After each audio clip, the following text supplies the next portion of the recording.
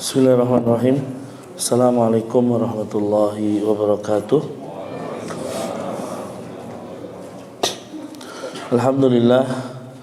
Alhamdulillahi ala ihsanihi wa syukru lahu ala taufiqihi wa amtinanihi. Asyhadu an la ilaha illallah wahdahu la syarikalah wa asyhadu anna Muhammadan abduhu wa rasuluhu sallallahu alaihi wa ala alihi wa ashabihi wa man sara ala nahjihi wa istanna bi sunnatihi ila yaumil liqaihi. Qala Allah Ta'ala, ya ayyuhalladzina amanu taqullaha haqqa tuqatih wa la tamutunna illa wa antum muslimun. Ya ayyuhan nasu taqu rabbakum alladzi khalaqakum min nafsin wahidah wa khalaqa minha zawjaha wa batha minhuma rijalan katsiran wa nisaa'a. واتقوا الله الذي تساءلون به والأرحام إن الله كان عليكم رقيبا يا أيها الذين آمنوا اتقوا الله وقولوا قولا سديدا يصلح لكم أعمالكم ويغفر لكم ذنوبكم ومن يطع الله ورسوله فقد فاز فوزا عظيما أما بعد ikhwas sekalian jamaah salat maghrib yang dimuliakan oleh Allah Subhanahu wa taala.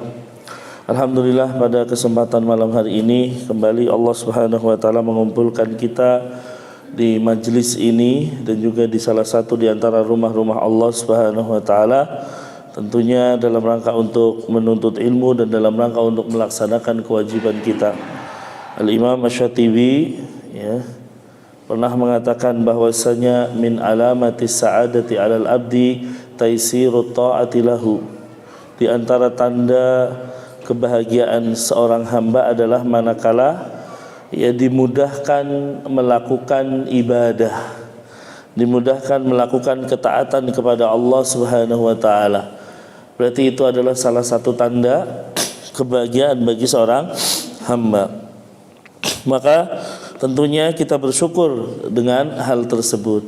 Kemudian ikhwas sekalian, salawat beriring salam senantiasa kita haturkan kepada beliau Rasulullah Muhammad sallallahu alaihi wasallam, juga kepada keluarga beliau, para sahabatnya serta umatnya yang setia mengikuti beliau hingga akhir zaman kelak.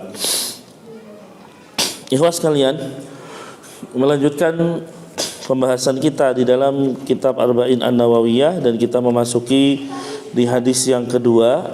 Karena hadisnya panjang maka kita akan bagi dalam beberapa bagian insyaallah. Yang pertama adalah kita sampai penjelasan tentang rukun Islam kalau waktunya cukup. Redaksi hadisnya berbunyi, An Umar bin Al-Khattab radhiyallahu taala anhu aidan qala. Dari Umar bin Khattab, semoga Allah meridhoinya, beliau berkata, kenapa di sini disebutkan aidan juga? Karena dari hadis yang pertama diriwayatkan juga oleh Umar ibnul Khattab. Maka di sini penulis mengatakan dari Umar bin Khattab juga beliau berkata, bainama nahnu julusun inda Rasulillah sallallahu alaihi wasallam dzata yaumin ittala alaina sadidu bayadi thiyab ittala alaina rajulun shadidu bayadi thiyab shadidu sawadi sya'r la yura alaihi atharu safar wala ya'rifuhu minna ahadun. Ketika kami sedang duduk-duduk dengan Nabi sallallahu alaihi wasallam, tiba-tiba datang seorang laki-laki dengan pakaian yang sangat-sangat putih, kemudian dengan rambut yang sangat-sangat hitam, tidak terlihat ada bekas-bekas perjalanan, dan juga tidak ada yang mengenal dari kami seorang pun. Hatta jalasa ila Nabi sallallahu alaihi wasallam, sampai dia langsung mendatangi Nabi dan duduk di depan Nabi sallallahu alaihi wasallam. Fa asnada rukbataihi ila rukbataihi, lalu menyandarkan lututnya ke lutut Nabi. Wa wada'a kafaihi ala fakhidaihi, lalu dia meletakkan tangannya di atas pahanya dia. Wa qala ya Muhammad akhbirni anil Islam. Kemudian dia berkata kepada Rasul, wahai Muhammad, ya, beritahukan kepadaku apa itu Islam. Faqala Rasulullah sallallahu alaihi wasallam, ya, al-islamu an tashhada an la ilaha illallah wa anna muhammadan rasulullah wa tuqima shalah wa tu'tiya zakah wa tasuma ramadan wa tahujjal bait in istata'ta ilaihi sabila. Islam itu adalah engkau bersyahadat bahwasanya tidak ada Tuhan yang hak kecuali Allah, dan bahwasanya Nabi Muhammad adalah utusan Allah. Kemudian engkau mendirikan salat, menunaikan zakat, ya, berpuasa Ramadan, lalu melaksanakan ibadah haji bagi yang mampu. Nah, ini bagian yang akan kita bahas di kesempatan malam hari ini. Baik. Ya. Penjelasan hadis ini. Ya. Umar mengatakan, "Bainama nahnu julusun inda Rasulullah sallallahu alaihi wasallam dzata yaumin." Ketika kami sedang duduk-duduk bersama Nabi sallallahu alaihi wasallam suatu hari. Dan ini terbiasa dilakukan oleh para sahabat Nabi. Ya, para sahabat Nabi itu terkadang ba'da maghrib atau mungkin ba'da zuhur ataupun ba'da salawat, ba'da salat mereka berada di masjid mengelilingi Rasul sallallahu alaihi wasallam, bertanya sesuatu, mendengarkan hadis Nabi dan lain sebagainya. Ini yang dilakukan oleh para sahabat Nabi ridwanullah alaihi majma'in. Ya, meskipun Nabi sendiri tidak setiap hari ngasih nasihat, Pak. Rasulullah itu tidak setiap hari memberikan hadisnya atau tidak setiap hari memberikan nasihat kepada seluruh sahabat Nabi. Ya, kenapa demikian? Ya, karena Nabi sallallahu alaihi wasallam mengatakan, ya, bahwa Nabi itu terbiasa yatahawal fin nasihah. Apa yatahawal? Jarang-jarang dalam memberikan nasihat. Kenapa? Mahafatas sa'amah. Ya, karena beliau takut sahabatnya apa? Merasa bosan dengan nasihat. Padahal kita tahu para sahabat Nabi kan artinya bersih. Ya, nggak mungkin bosan dengan nasihat dari Rasul. Tapi Rasul apa? Ternyata tetap, ya, muraat di situ. Sehingga tidak tiap hari beliau memberikan nasihat. Cuman apa? Tetap terkadang duduk-duduk dengan para sahabat, meskipun nanti sahabat yang bertanya, "Ya Rasul, bagaimana dengan ini? Ya Rasul, apakah hukumnya ini?" dan lain sebagainya. Ya, berarti terbiasa Rasul duduk-duduk bersama para sahabat Nabi. Makanya ketika kami, kata Umar, duduk di sisi Rasul sallallahu alaihi wasallam, ini menunjukkan bahwa hadis ini yang dengar bukan hanya Umar sebenarnya. Yang menyaksikan bukan hanya Umar, tapi banyak sahabat. Ya, tetapi jalur yang terkuat adalah dari Umar ibnul Khattab. Ya. Ketika kami sedang duduk bersama Rasulullah suatu hari, ternyata muncul tiba-tiba dari arah pintu, ya, kita dikagetkan dengan seorang yang mana orang tersebut pakaiannya sangat putih sekali. Ya, pakaiannya sangat putih sekali. Dan ini para ulama juga menjelaskan bahwa di antara pakaian yang terbaik adalah pakaian berwarna putih. Ini itu. Kemudian apa? Ya, rambutnya sangat hitam. Ya, berarti dia rapi, ya kan? Berarti dia sangat-sangat rapi. Ya, pakaiannya putih, kemudian rambutnya hitam.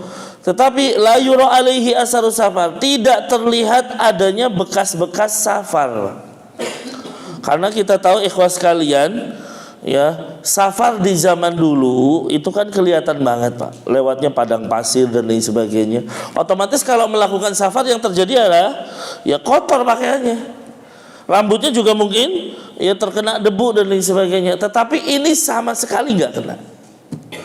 Pakaiannya bersih, rambutnya juga bersih, ya, karena memang pada saat itu, ya, kalau orang safar akan kelihatan. Makanya para sahabat atau Umar mengatakan tidak terlihat adanya bekas-bekas safar pada orang tersebut.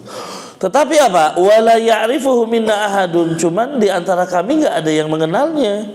Itu yang membuat kita heran. Ya, kita bertanya siapa dia? Nggak ada yang kenal satupun. Sahabat ini ditanya nggak ada yang kenal, nggak ada yang kenal, semuanya nggak ada yang kenal.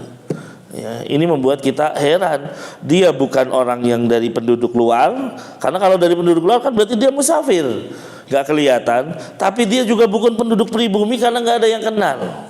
Ya, Taib. Hatta jalasa ila Nabi sallallahu alaihi wasallam. Sampai dia menerobos barisan para sahabat Nabi, duduk di depan Nabi sallallahu alaihi wasallam. Ya, duduk di depan Nabi sallallahu alaihi wasallam, ay anna julusahu kana mulasiqan lin nabi. Duduknya apa? Menempel kepada Nabi. Ya, bukan jauh-jauhan. Ya, lalu apa? Fa asnada rukbataihi ila rukbataihi. Beliau menempelkan lututnya ke lutut Nabi.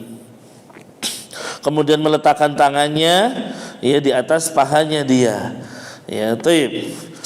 Kemudian dia tiba-tiba mengatakan waqala ya Muhammad.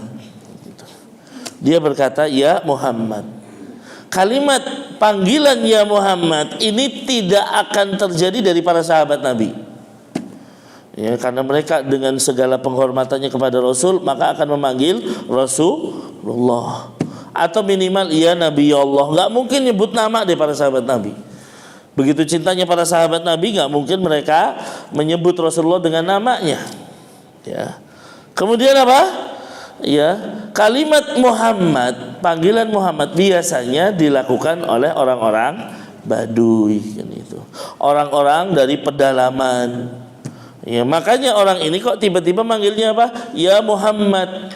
Ah, di sini orang sudah mulai menduga, ini kayaknya orang Baduy ini.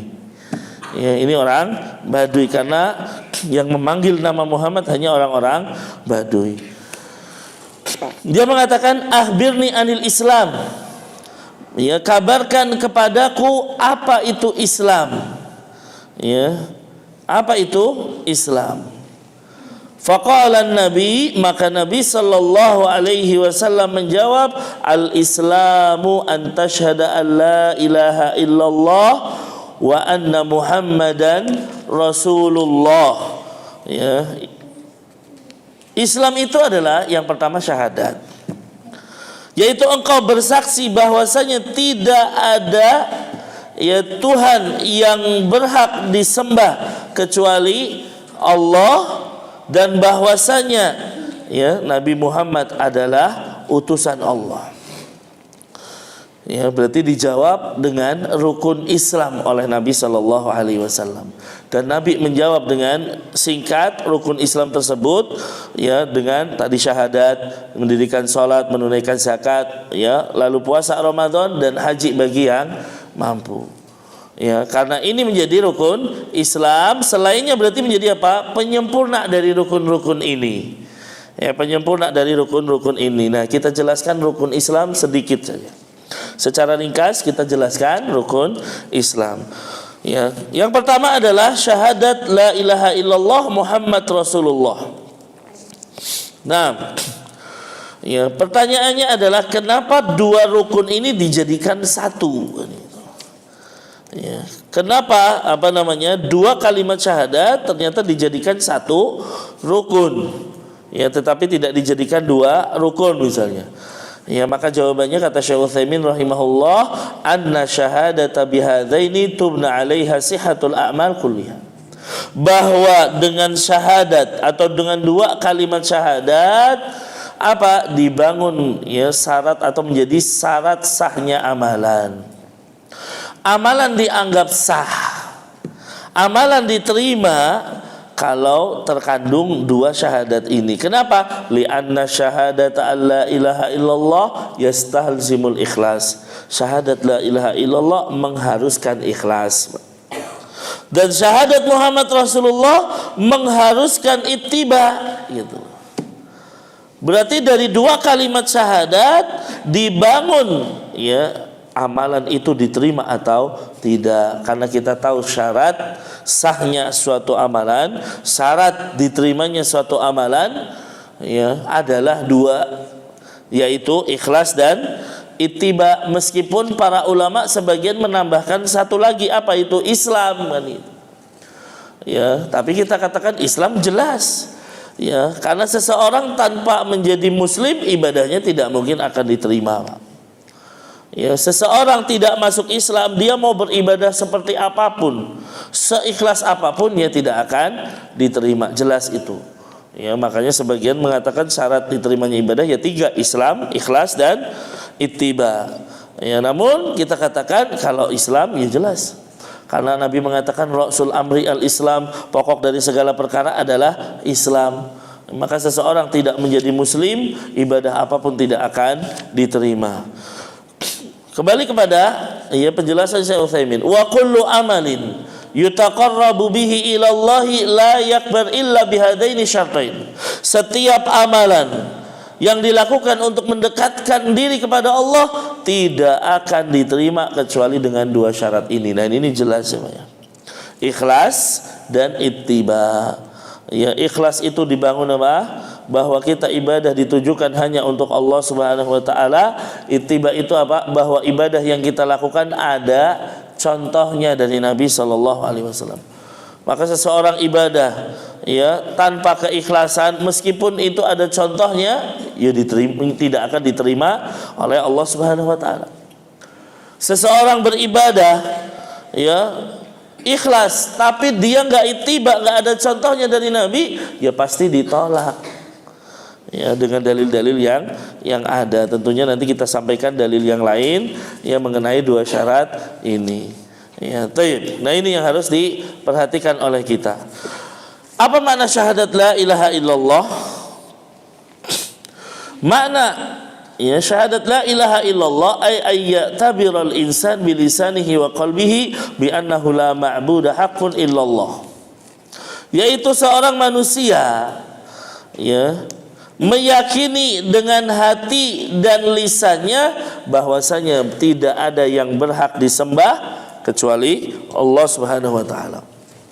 Maka ikhwas sekalian, kalimat tauhid itu bukan hanya sekedar tidak ada Tuhan selain Allah, itu enggak cukup. Tidak ada Tuhan selain Allah berarti masih kita katakan ada Tuhan-Tuhan lain gitu kan. Di sana ada berhala dijadikan Tuhan, di sana ada dewa dijadikan Tuhan. Berarti seakan-akan Tuhan-Tuhan ini Allah gitu kan. Tidak ada Tuhan selain Allah. Berarti setiap Tuhan yang ada bisa kita katakan Allah. Makanya kalimat la ilaha illallah yang tepat maknanya bukan tidak ada Tuhan selain Allah saja, tetapi kita harus menambahkan sesuatu yang hilang. Apa itu? Tidak ada Tuhan yang berhak disembah kecuali Allah Subhanahu wa taala. Ketika kita mengatakan tidak ada Tuhan yang berhak disembah, ini berarti mematahkan semua Tuhan-Tuhan yang lain. Orang Hindu punya Tuhan, nggak berhak disembah. Orang Nasara punya Tuhan, tidak berhak disembah. Orang Yahudi menganggap Uzair sebagai anak Tuhan, nggak berhak disembah. Kenapa? Karena Allah lah satu-satunya yang berhak disembah. Makanya selalu kita katakan ikhwas sekalian, bahwa di antara keindahan Islam adalah satu-satunya agama yang mengajarkan tauhid, udah nggak ada yang lain. Dan Islam menjadi satu-satunya agama yang sesuai dengan Pancasila. Sila pertama, apa sila pertama? Ketuhanan yang Maha Esa. Siapa yang mengaplikasikan ini? Hanya Islam. Kalau kita lihat agama yang lain nggak bisa. Nasara misalnya punya 3 Tuhan. Hindu apalagi banyak dewa, ada dewa Brahmana, Siwa dan lain sebagainya. Demikian Buddha, demikian Konghucu dan lain sebagainya. Satu-satunya agama yang menerapkan tauhid, memerintahkan umatnya untuk bertauhid adalah Islam. Maka di sini kalimatnya wa asyhadu, aku bersaksi, maknanya adalah aqarra bi qalbi natiqan bilisani. Aku menetapkan dengan hatiku dan mengucapkan dengan lisanku. Ini makna dari syahadat. Bersaksi itu bukan hanya sekedar ucapan saja. Bersaksi itu juga harus dari hati.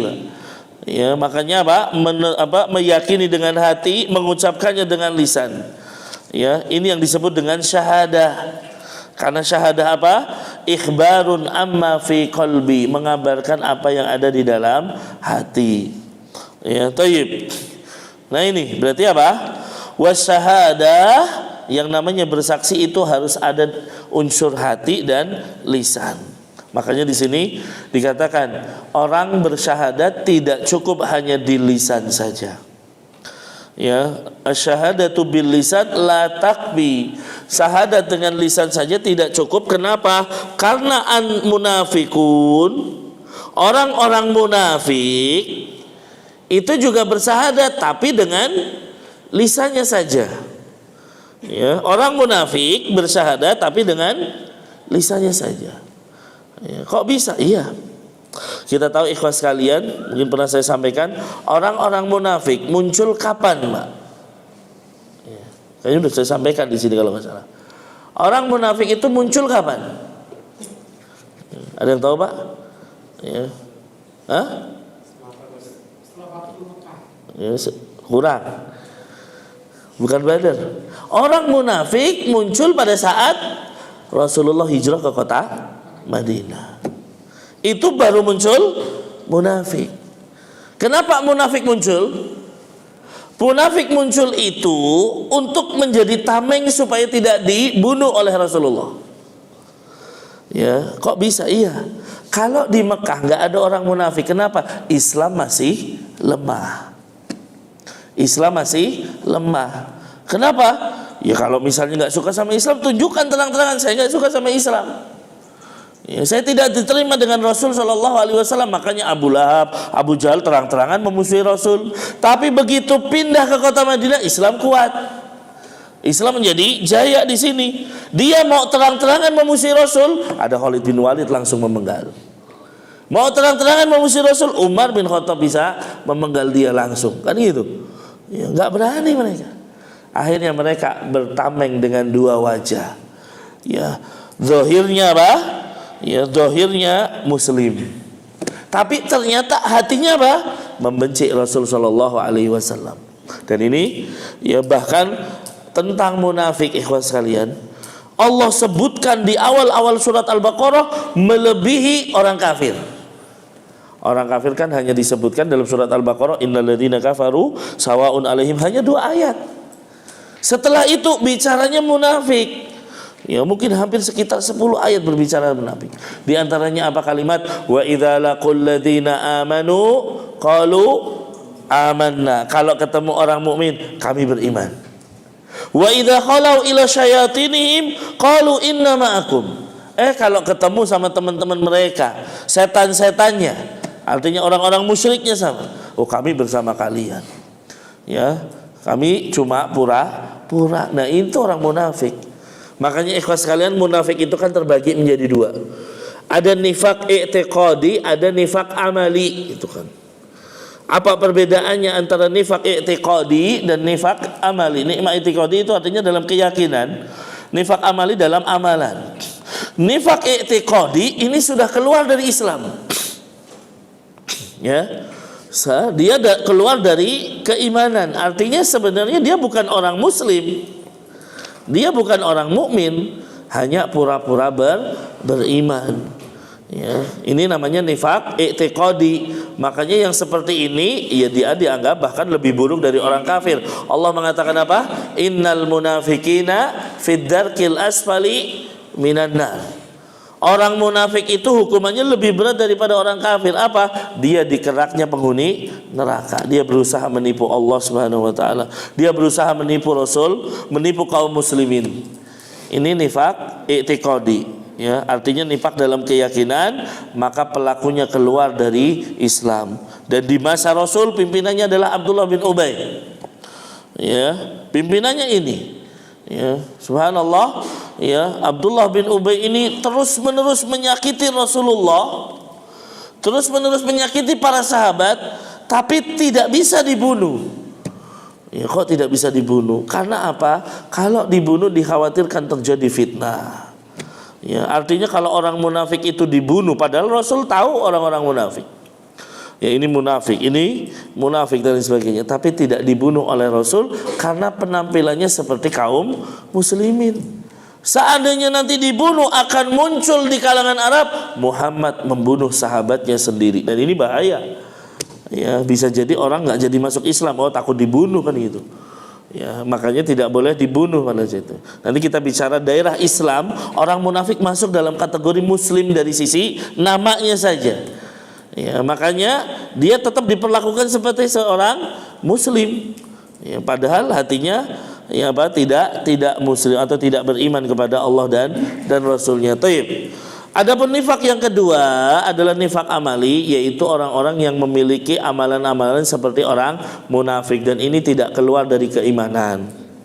Artinya ada tanda-tanda munafik, kalau berbicara dusta, kalau diberi amanat khianat, kalau berjanji tidak ditepati. Nah, orang yang memiliki sifat ini berarti memiliki sifat munafik, tetapi tidak dianggap keluar dari Islam. Dan ini bedanya antara nifak i'tiqadi dan nifak amali. Kalau i'tiqadi mengeluarkan dari Islam, ya, tapi kalau amali tidak. Ya, dia tetap dianggap Islam, cuman perilakunya seperti orang-orang munafik. Nah, ikhwah sekalian, dari sini kita tuh ya tidak bisa membedakan, atau yang bisa membedakan antara munafik dan sahabat Nabi kalau secara dohir nggak bisa.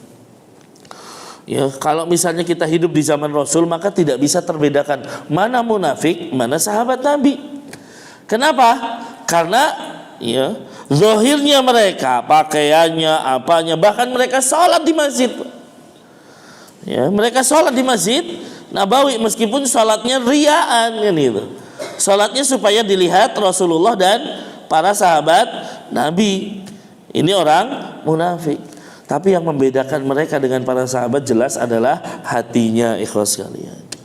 Yang menjadikan beda dengan para sahabat Nabi hatinya, karena hati para sahabat bersih, benar-benar beriman kepada Allah. Lah, orang munafik hatinya kafir. Orang munafik tidak beriman kepada Rasul Shallallahu Alaihi Wasallam. Makanya ikhlas sekalian, kita dikatakan di sini seseorang bersyahadat dengan lisannya saja ini nggak cukup, Pak. Ya, hatinya tidak meyakini maka tidak cukup. Ya, tidak dikatakan mukmin dia. Ya, tetapi orang yang bersaksi itu apa?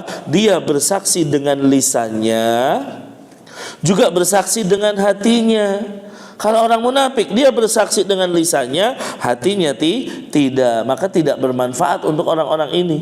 Ya, maka ikhwas sekalian, yang namanya persaksian itu halus apa? Dari hati dan lisan. Taib. Ya, kemudian ikhwas sekalian, demikian sebaliknya, seseorang bersaksi hanya dengan hatinya, lisannya tidak, tetap tidak dianggap sebagai orang mukmin.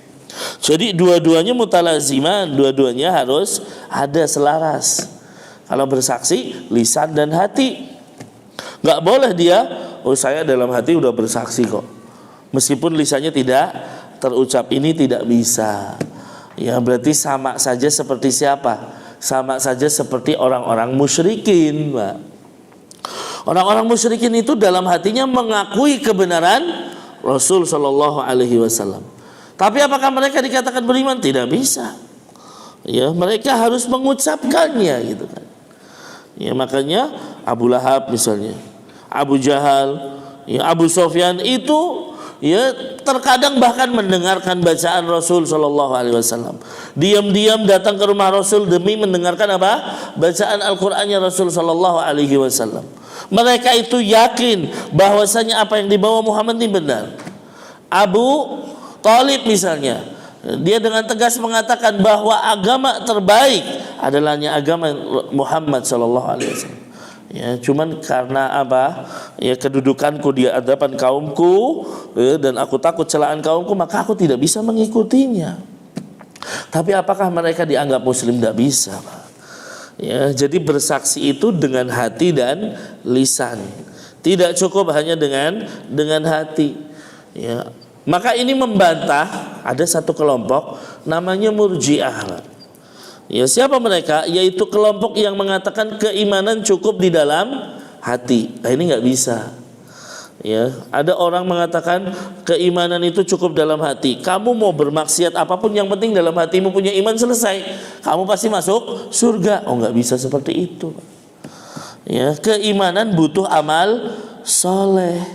Ya, keimanan butuh apa? Tindakan nyata. Kalau cuma di dalam hati ya nggak bisa.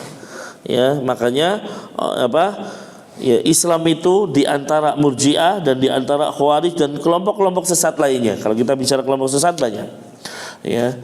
Taib, ini perkara dari syahadat. Ya. Wala ilaha illallah, ya, la ilaha illallah tadi sudah kita jelaskan, maknanya adalah la ma'budu haqqun illallah, ya, tidak ada Tuhan yang berhak disembah kecuali Allah. Dengan demikian berarti menjadikan setiap Tuhan selain Allah ya bukan Tuhan yang berhak disembah. Ya, di sana ada Tuhan tidak berhak disembah. Di sana atau di di sekeliling Ka'bah ada ratusan berhala, mereka tidak bisa disembah. Kenapa? Karena bukan Tuhan yang hak. Dan ikhwah sekalian, kalimat la ilaha illallah ya, ini maknanya dipahami oleh orang-orang musyrik. Ya, maknanya dipahami oleh orang-orang Quraisy. Ya, yaitu maknanya apa? Berarti ya ibadahnya hanya kepada Allah Subhanahu wa taala. Makanya ketika ya orang-orang Quraisy disuruh qul la ilaha illallah, mereka akan mengatakan aja'alal aliha ilahan wahidan, kan gitu. Apakah Muhammad ingin menjadikan Tuhan yang banyak ini jadi satu Tuhan? Inna hadza syai'un ujab. Ini perkara yang mengherankan. Ya, perkara yang ya mengherankan. Kok bisa Tuhan yang banyak ini kita jadikan satu? Nah, makanya mereka kalau disuruh mengucapkan la ilaha illallah menolak, Pak. Ya, tidak akan mungkin mau mengucapkan la ilaha illallah. Ya. Abu Thalib di akhir hayatnya Nabi mengatakan ay ammi qul la ilaha illallah, pamanku ucapkan saja satu kalimat ini la ilaha illallah, nanti saya jadikan hujah di hadapan Allah. Ya, tapi dia sampai akhir hayatnya tidak mau mengucapkan la ilaha illallah. Mati dalam kondisi apa? Mengikuti ajaran Abdul Muthalib. Ya, maka akhirnya apa? Tidak bisa diselamatkan oleh Rasul sallallahu alaihi wasallam. Syafaatnya Rasul kepada Abu Thalib hanya sekedar membantunya mendapatkan azab yang paling ringan. Udah itu aja. Tapi nggak bisa dinaikkan ke surga. Kenapa? Orang meninggal dalam kondisi kafir. Ya, meninggal dalam kondisi ya tidak mau beriman kepada Rasul sallallahu alaihi wasallam. Makanya ikhwas sekalian, ya, tidak mungkin seseorang yang meninggal dalam kondisi non muslim lalu dia masuk surga, itu nggak mungkin. Ya. Kita lihat Abu Thalib itu pembelaannya terhadap Rasul itu sudah ya benar-benar membela saja. Sampai pun Rasul mau dibunuh sekalipun tidak mau. Rasul mau disakiti akan dibela mati-matian oleh Abu Thalib. Tetapi ikhwas sekalian, ternyata Allah mentakdirkan dia meninggal dalam kondisi tidak mau mengucapkan kalimat la ilaha illallah. Ya, tidak mau mengucapkan kalimat tauhid. Ya, ini dalil apa? Bahwa Rasulullah tidak bisa memberikan hidayah kepada siapa yang dikehendaki, tetapi hidayah milik Allah Subhanahu wa taala. Kita juga bisa menjadikan bahwa ya keluarga Rasulullah sekalipun tidak bisa selamat dari api neraka.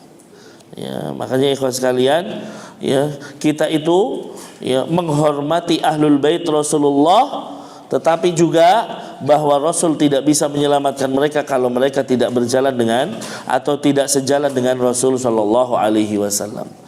Maka jangan sampai menganggap bahwasanya setiap keturunan Rasul pasti akan masuk surga. Oh, enggak.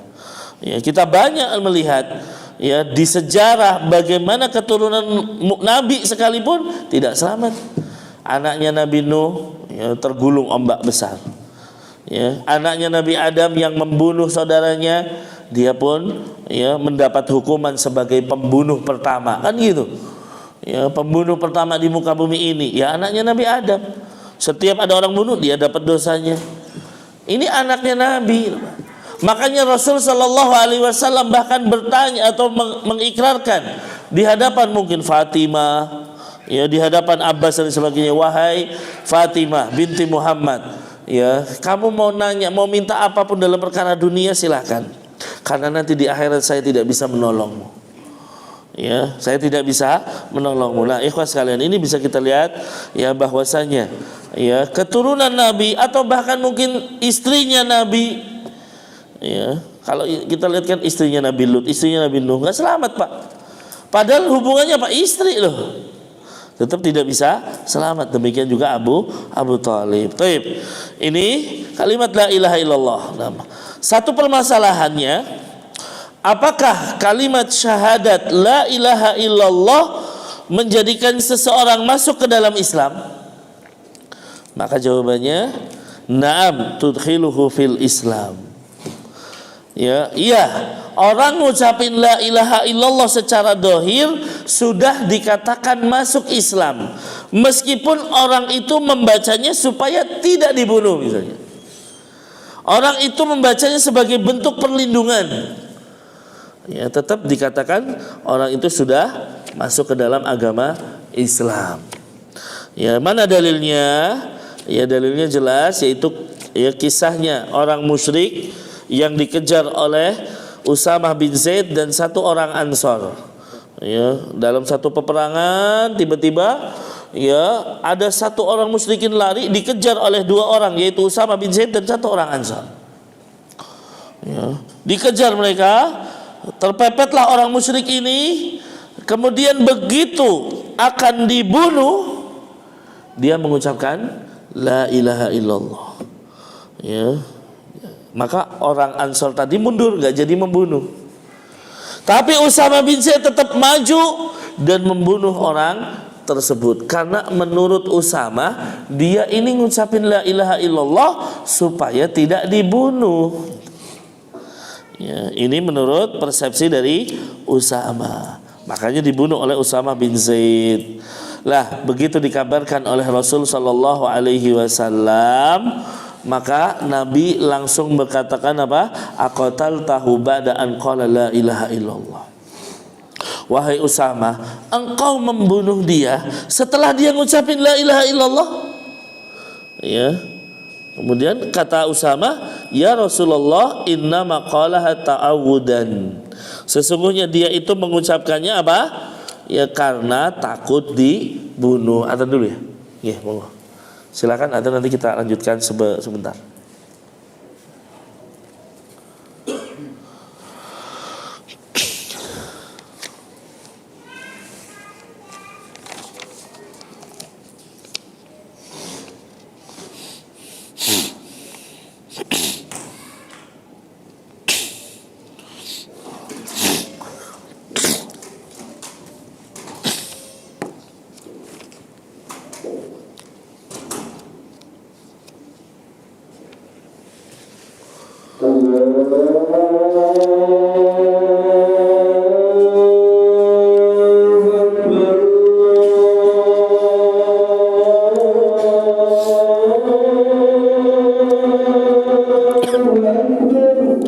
Allahu Akbar, Allahu Akbar.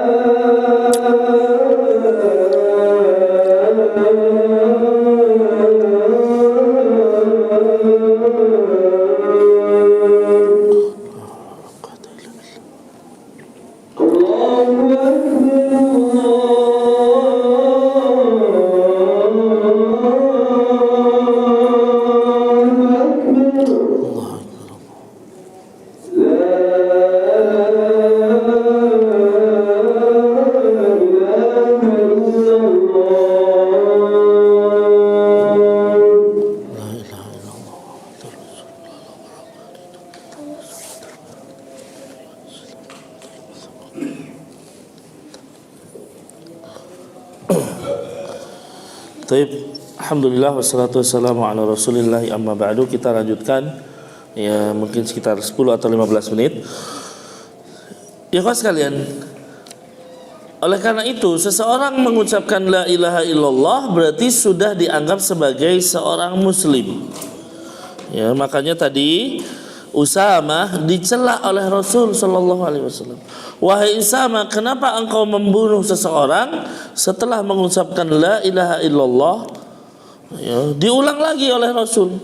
Ya, padahal Usamah mengatakan, ya Rasul, dia kan hanya sekedar supaya tidak dibunuh. Tetap Rasul mengatakan, kenapa engkau membunuh orang yang sudah mengucapkan la ilaha illallah? Sampai kata Usamah, ya saya menyesal, ya, dan berharap saya belum masuk Islam pada saat itu. Artinya saking marahnya Rasul sallallahu alaihi wasallam terhadap beliau.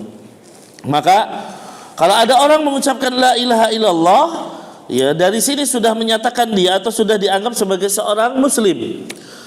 Ya, kalau misalnya nyata dia itu mengucapkan supaya tidak dibunuh, maka tetap diawasi kan itu.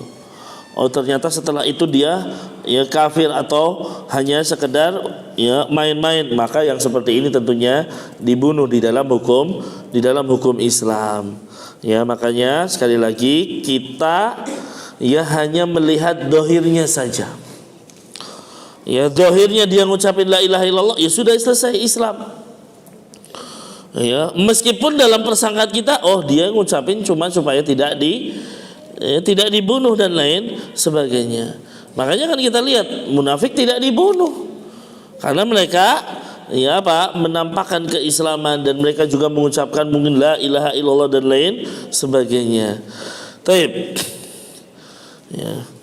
Kecuali ketika seseorang menganggap dirinya tidak percaya Rasulullah. Saya percaya tidak ada Tuhan yang berhak disembah kecuali Allah, tapi tidak percaya dengan Muhammad. Maka yang seperti ini dia tetap harus bersaksi dengan Muhammad Rasulullah sallallahu alaihi wasallam. Jadi tidak cukup persaksian ya la ilaha illallah saja, tapi harus Muhammad Rasulullah. Nah, ya.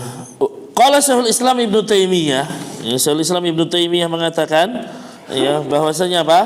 Wa qad ulima bil ittirari min dini ar-rasul.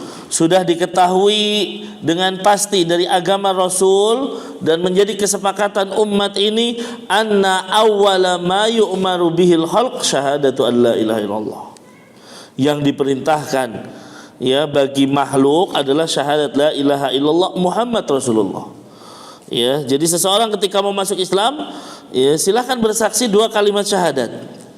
Ya, dengan 2 kalimat ini orang kafir menjadi muslim.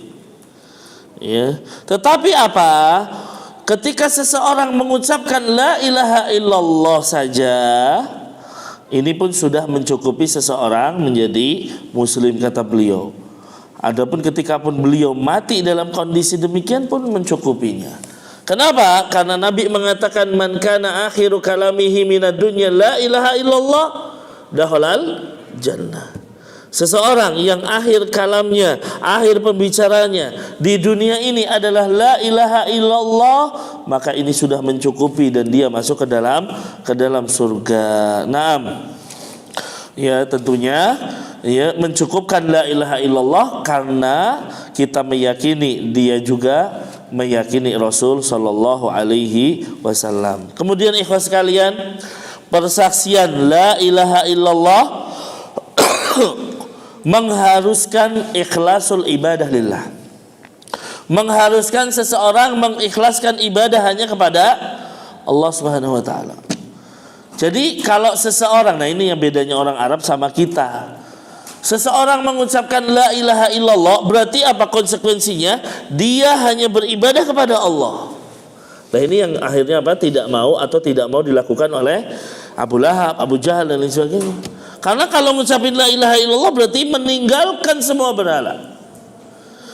Ya, tapi orang-orang sekarang karena tidak paham dengan bahasa Arab, mungkin tidak paham dengan konsekuensi la ilaha illallah, akhirnya dia ngucapin la ilaha illallah setiap sholat, bahkan dia bersaksi 2 kalimat syahadat setiap tasyahud, bahkan tetapi apa?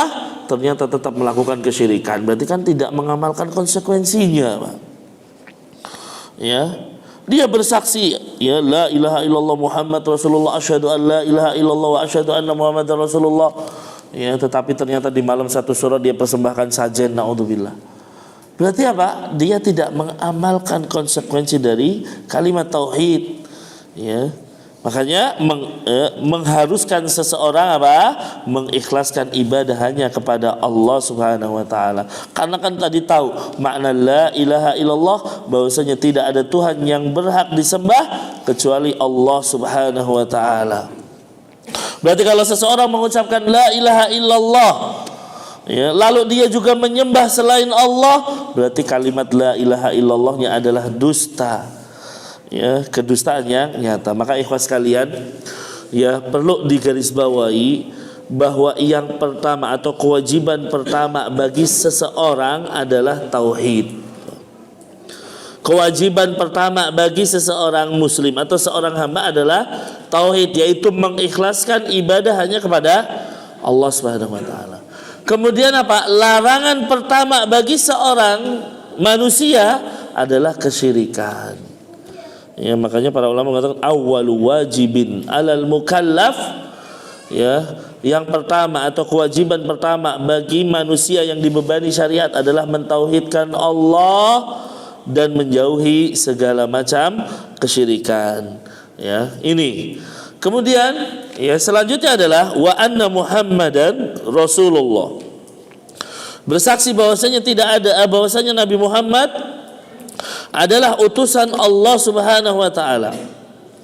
Yaitu engkau bersaksi bahwa beliau utusan Allah yang diutus kepada makhluk.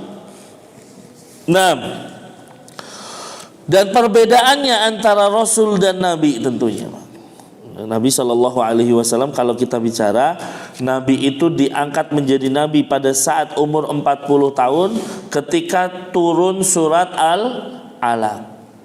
Ini beliau diangkat menjadi Nabi.